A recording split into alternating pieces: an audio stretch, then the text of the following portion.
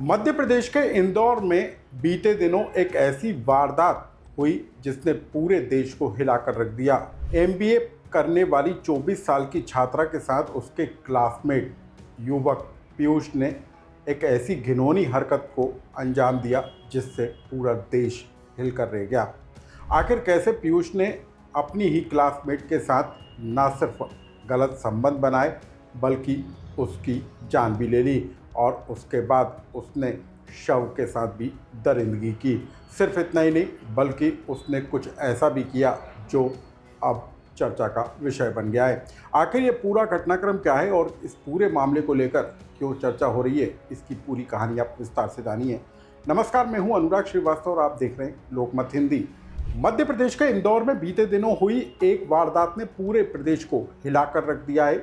24 साल की एमबीए छात्रा अपने क्लासमेट के रूम पर पहुंची। घर से वो अपने दोस्त के जन्मदिन की पार्टी में जाने का बोलकर निकली और अपने दोस्त पीयूष के रूम पर पहुंची। पीयूष ने अपनी दोस्त के साथ पहले यौन शोषण किया और उसके बाद दोनों के बीच शादी के मामले को लेकर बहस हो गई। विवाद इतना बड़ा कि पीयूष ने अपनी दोस्त की जान ले ली, उसका गला दबा दिया और उसके बाद उसकी मौत हो गई।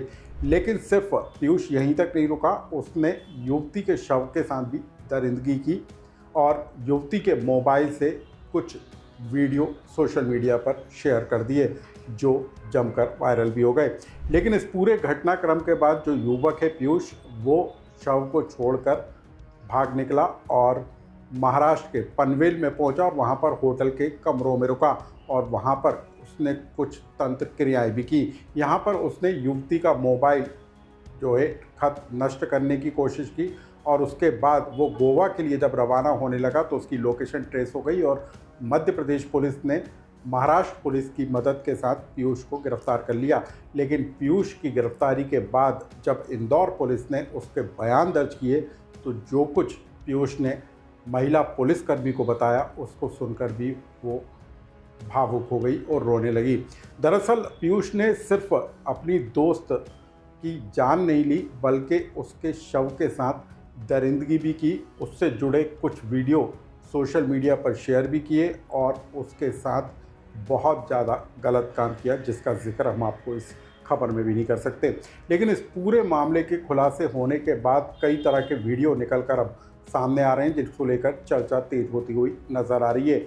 लेकिन इंदौर की इस एक घटना ने पूरे देश को झकझोर कर रख दिया है। सवाल कई तरह के उठकर खड़े हो रहे हैं और जिस युवक ने इस तरह की दरिंदगी को अंजाम दिया उसको लेकर भी सवाल उठ रहे हैं।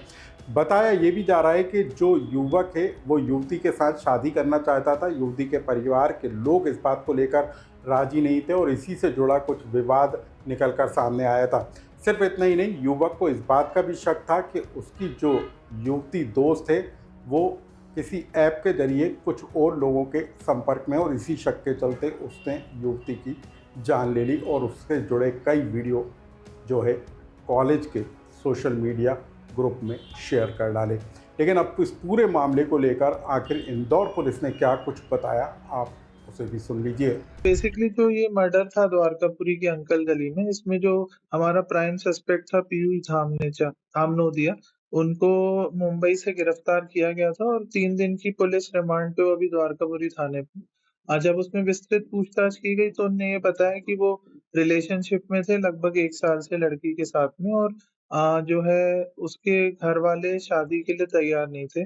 तो उसी को लेके इनका लड़की से लगातार विवाद हो रहा था। उनने अपनी पूछताछ में बताया कि उस घटना को ये अपनी रिलेशनशिप को सॉर्ट आउट करने के लिए घर गए थे और उसी के बाद इनके आपस में संबंध भी बने।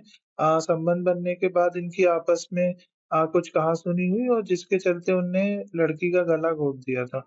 गला घोंटने के बाद ये उसी दिन रात को ट्रेन से पनवेल मुंबई चले गए थे और फिर वहाँ पे 1 दिन ये होटल में रुके। अगले दिन लोकल ट्रेन पकड़ के फिर ये बॉम्बे गए और वहाँ पे ये, जैसा कि पहले भी बताया गया था, कि मेट्रो में घूमते-फिरते रहे और उसके बाद इन्हें लड़की का मोबाइल भी वहीं तोड़ दिया था, एविडेंस डिस्ट्रॉय करने की कोशिश की थी और फिर उसके बाद मुंबई पुलिस की मदद से इंदौर पुलिस ने इनको हिरासत में लिया था। संबंधित भी कुछ मामला सामने आया है कि आत्मा से बात करने का प्रयास नहीं किया।